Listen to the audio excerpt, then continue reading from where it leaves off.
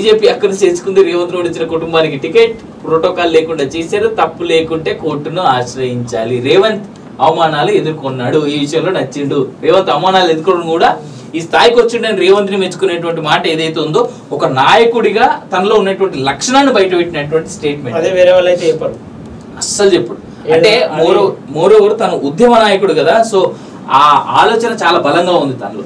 So ఉద్యమ నాయకుడికి తనకు తెలుసు ఏ రకమైనటువంటి ఇష్యూస్ తను ఫేస్ చేశాడు, ఏ రకమైనటువంటి ఇబ్బందుల్లో నుంచి రేవంత్ రెడ్డి బయటపడ్డాడు, అట్లే ఈటల రాజేందర్ ఎట్లా బయటపడ్డాడు అట్లే.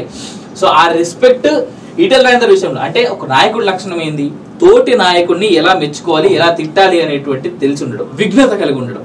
మనం చాలా సందర్భాల్లో చేసిన మంచి చెప్పాలి, చేసిన చెడు చెప్పాలి, చెప్పినప్పుడే మన మాట నమ్మకం ఉంటుంది. ఎగ్జాక్ట్లీ. సో ఈ సందర్భంలో రేవంత్ రెడ్డిని ఇలా మెచ్చుకునేటువంటి మాట ఈటల రాజేందర్ విషయంలో ఖచ్చితంగా మెచ్చుకోవాల్సినటువంటి అంశం.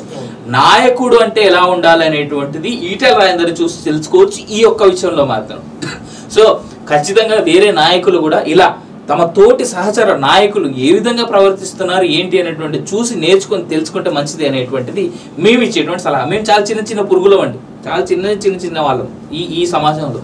అలాంటి మాలాంటి వాళ్ళే ఇలాంటి చిన్న మాటలు చెప్తే ఇంక మీకు ఇంతకంటే